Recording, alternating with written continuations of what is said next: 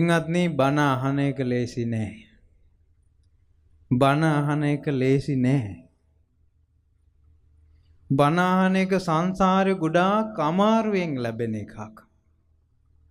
බණ අහන එක සංසාරේ නොලැබෙන එකක්. බණ අහන එක හැම මිනිසයාටම ලැබෙන්නේ නෑ. එක එක දේවල් නම් අහන්න පුළුවන්. බණ අහන්න හම්බෙන්නේ නෑ. ධර්මය අහන්න හම්බෙන්නේ නෑ. ලේසි නෑ බණ අහන එක. සංසාරේ විශාල පිනක් ඕන බණක් අහන්න. නිකං බණක් නෙවෙයි බුදු කෙනෙක්ගේ බණක් අහන්න. බුදු කෙනෙක්ගේ බණක් අහන්න. බුදුරජාණන් වහන්සේ සරණ යන්න විශාල පිනක් ඕන. සීලේ පිහිටන්න විශාල පිනක් ඕන. සෑයක් බෝධියක් දකින්න හිත පහද ගන්න පිනක් ඕන. විශාල පිනක් ඕන. ලේසි නෑ. ලේසි නෑ. ඒ නිසා පින්වත්නි මේ අපිට එවැනි පිනක් විපාක දෙන්නේ කියලා මතක තියාගන්න ඕන. කවුරුත් අපිට මේ විශාල පිනක් මේ විපාක දෙන්නේ සුළුපටු පිනක් නන් නෙවෙයි. මේ පින වචනෙන් කියන්න බැරි තරම් වටින පිනක්. බණ අහනකොට එක එක අයට එක එක දේවල් මතක් වෙනවා. බණ අහනකොට සමහර මිනිස්සුන්ට හිතෙනවා අනේ ගෙදර තමන්ගේ දරුවෝ ගෙදර තනියමනේ මේ බණ අහන වෙලාවේ දරුවන්ට කරදරයක් එයිද කියලා ඔන්න හිත වැහෙනවා.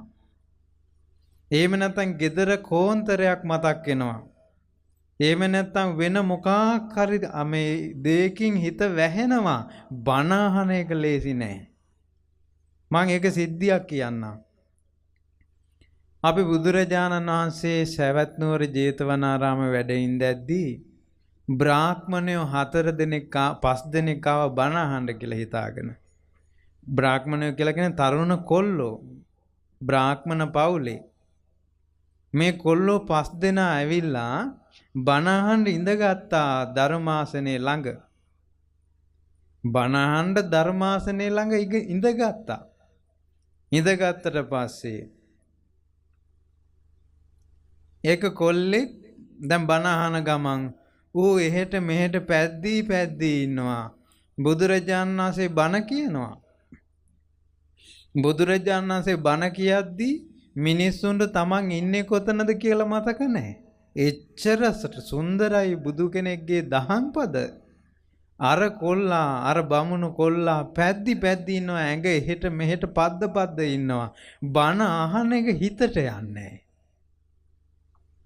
බණ අහන එක හිතට යන්නේ. එහෙම මිනිස්සු නැද්ද බණ අහන තැන්වල?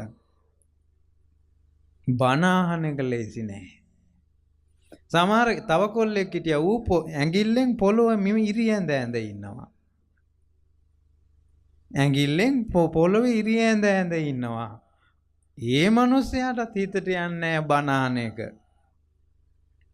බණ අහන එක ලේසි නෑ. තව කොල්ලෙක් හිටියා ඌ අහස දිහා බලාගෙන ඉන්නවා. බණ අහන්නේ. උඩ බලාගෙන හිටියා. තවත් මිනිස්සෙක් හිටියා. ඒ මිනිස්සයා හිතාගත්ත මං හොද්දට ඉවර වෙනකම් බණ අහනවා කියලා ඇස් දෙක වහගත්තා. විනාඩි 2යි ගියේ බෙල්ල කඩාගෙන නිදි. බණ අහන එක ලේසි නෑ.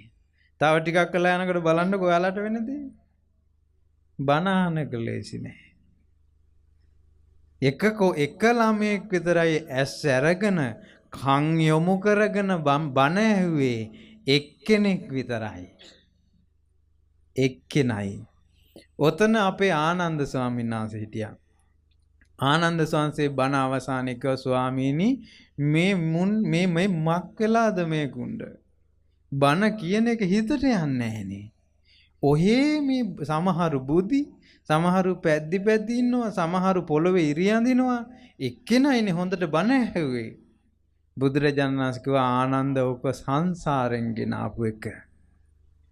ඕක ආනන්ද සංසාරෙන් ගෙන ආපු එක. ඇහුවම ස්වාමීනි භාග්‍යවතුන් වහන්සේ මොකද්ද සංසාරෙන් ගෙනාවේ? කිව්වා ආනන්දය ඔය එක මිනිසෙක් පැද්දි හිටියා නේද? ඔය මිනිසයා ආත්ම භාව 500ක් වඳුරු යෝනියේ ඉපදිලා හිටියේ. ආත්ම භාව 500ක් වඳුරෙක් වෙලා මේ දැන් මේ ජීවිතේ බණක් අහන්නේ.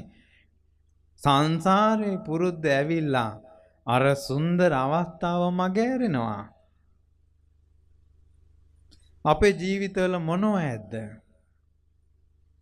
අනිත් කිව්වා පොළවේ ඉරියැඳ ඇඳ හිටපු කෙනා කිව්වා ආනන්ද ඔය කෙනා අවුරුදු ආත්ම භාව 500ක් පොළොවේ යට ගැඩවිලෙක් වෙලා පස්හාර හිටපු පුරුද්ද කිව්වා අය. පස්හාර හිටපු පුරුද්ද බණ අහන එක ලේසි නෑ. ඊට පස්සේ කෙනෙක් අහස දිහා බලාගෙන හිටියා. කිව්වා ආනන්ද ආත්ම භාව 500ක් ඔය මිනිසයා තරු රටාවලින් නැකත් හදපු මිනිසෙක්. ඒ මිනිසයාට බණ අහන්න බෑ. ඒකයි අර උඩ බලාන හිටියේ. ආනන්ද එක මිනිසෙක් S2 වහගත්ත බණ අහන්නම් කියලා හොඳට නිින්ද ගියා. ඒ මිනිසයා සර්පයෝනියේ හිටිය ආත්ම භාව ගානක් සර්පෙක් වෙලා. ඒ නිසා නිදිමත. සර්පයන්ගේ ස්වභාවයක් එක. බොහෝ වෙලාවක් නිදා ගන්න එක. එක්කෙනයි හරියට බණ ඇහුවේ. ආන් ඒකයි කිව්වේ සංසාරෙන් ගෙනාපු දේවල් බණ අහනවට අපිට බාධා පමුණවනවා. සමහරට මේ ලංකාවෙම ඉන්නවා ඈත පළාත්වල නිර්මල බණපදයක් අහන්න අවස්ථාව නැති අය. සංසාරෙන් ගෙනාපු එක. ලස්සන දහම් පද මේ ලෝකේ රැව් දෙද්දී පින්වත්නි කන් ඇහෙන්නේ නැති කී දෙනෙක් ඉන්නවද? ඇස් පේන්නේ නැති කී දෙනෙක් ඉන්නවද? බණ අහන එක ධර්මය අහන එක ලේසි නෑ.